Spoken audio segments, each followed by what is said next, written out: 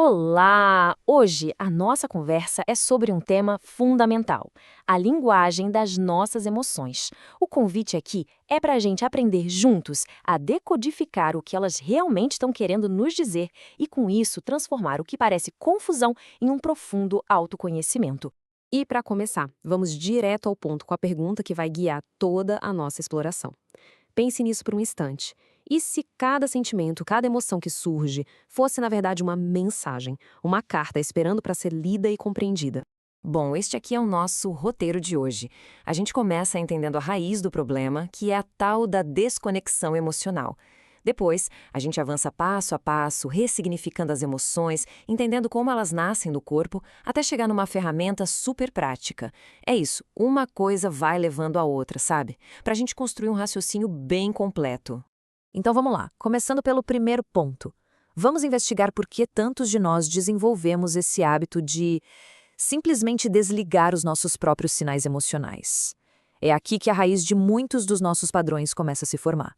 Sabe, a história toda começa lá atrás, com uma ideia que, olha, quase todo mundo aprendeu na infância: a de que sentir demais é um problema. Que existem emoções boas, como a alegria, e emoções ruins, como a raiva ou a tristeza.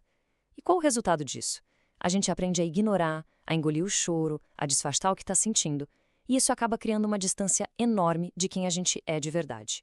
Agora, a parte que eu acho mais fascinante é quando a gente consegue virar a chave na nossa cabeça e passa a enxergar as emoções sobre uma luz completamente nova. É uma mudança de perspectiva total e é fundamental para tudo que a gente vai ver a seguir. E aqui está o pulo do gato, a grande virada de mentalidade. Cada emoção, mas cada uma mesmo, sem exceção, carrega uma informação valiosíssima sobre a nossa experiência.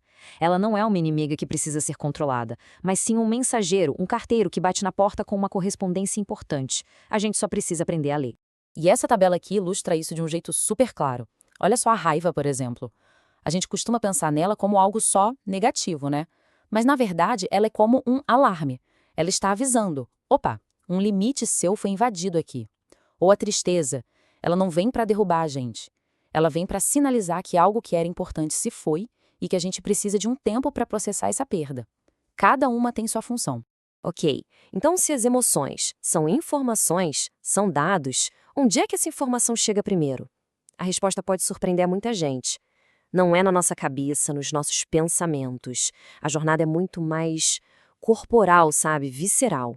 É isso mesmo. Antes de virar uma história na nossa cabeça, a emoção é uma sensação física. É o aperto no peito, o frio na barriga, o nó na garganta. O corpo sente tudo primeiro.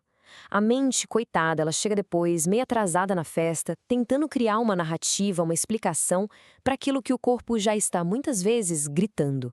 Percebe a importância disso? O verdadeiro autoconhecimento emocional começa aí, em prestar atenção nessas pistas que o corpo dá. É conseguir reconhecer aquele nó no estômago como o começo da ansiedade, por exemplo.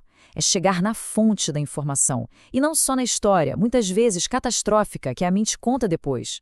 Mas não para por aí. A coisa fica ainda mais complexa e interessante. Porque muitas vezes aquilo que a gente acha que está sentindo, na verdade, não é a emoção real, a original. É uma espécie de capa, uma camada protetora que a gente cria. Aqui, a gente precisa aprender a diferenciar o que se chama de emoção primária e secundária. A primária é aquela resposta crua, sabe? A mais vulnerável. O medo, a tristeza, a insegurança. E a secundária? Ah, essa é a armadura. É a raiva que a gente veste para não ter que sentir medo. É a indiferença que usamos como escudo para não mostrar a tristeza. Faz sentido? E adivinha só? São justamente essas emoções secundárias, essas armaduras, que ditam os nossos comportamentos mais reativos. Atacar alguém numa discussão, se fechar para o mundo, ou até mesmo tentar agradar todo mundo o tempo todo. No fundo, tudo isso pode ser uma tentativa desesperada de não lidar com aquela emoção original, mais vulnerável, que a gente não soube o que fazer com ela. Certo, muita teoria, né? Mas e na prática? Como é que a gente lida com isso no calor do momento? Bom, agora a gente vai ver uma ferramenta, olha, simples, mas super poderosa, para criar aquele espacinho de tempo crucial, aquele respiro entre o sentir e o reagir. É um protocolo bem direto de 5 passos. Passo 1, pare. Simplesmente pare. Desligue o piloto automático por 1 segundo. Passo 2, nomeie. Dê um nome para o que está acontecendo. Isso é raiva? Isso é medo? sem julgamento. Passo 3. Localize. Onde no corpo isso está pegando? É no peito, na barriga? Quarto, respire. 6 respirações lentas, isso manda um sinal de segurança para o sistema nervoso. E o quinto passo, que é genial, pergunte. Com curiosidade mesmo. O que essa emoção está tentando proteger em mim?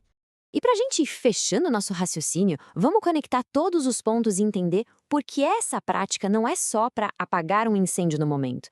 É algo fundamental para o nosso bem-estar a longo prazo. Afinal, qual é o custo de ignorar essas mensagens, ano após ano? A resposta é que uma emoção que a gente ignora, ela não some no ar. Pelo contrário, ela se cristaliza, ela endurece. E ela vira matéria-prima, os tijolos que constroem os nossos padrões de comportamento inconscientes, aqueles que a gente repete sem nem saber por quê. E aqui a gente vê essa conexão de forma bem clara.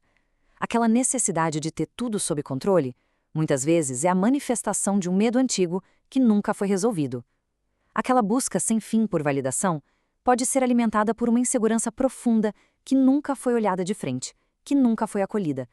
A gente começa a perceber que os padrões têm uma origem emocional. Então, o grande objetivo aqui, a mensagem final, não é se livrar das emoções difíceis. Isso é impossível e nem seria saudável.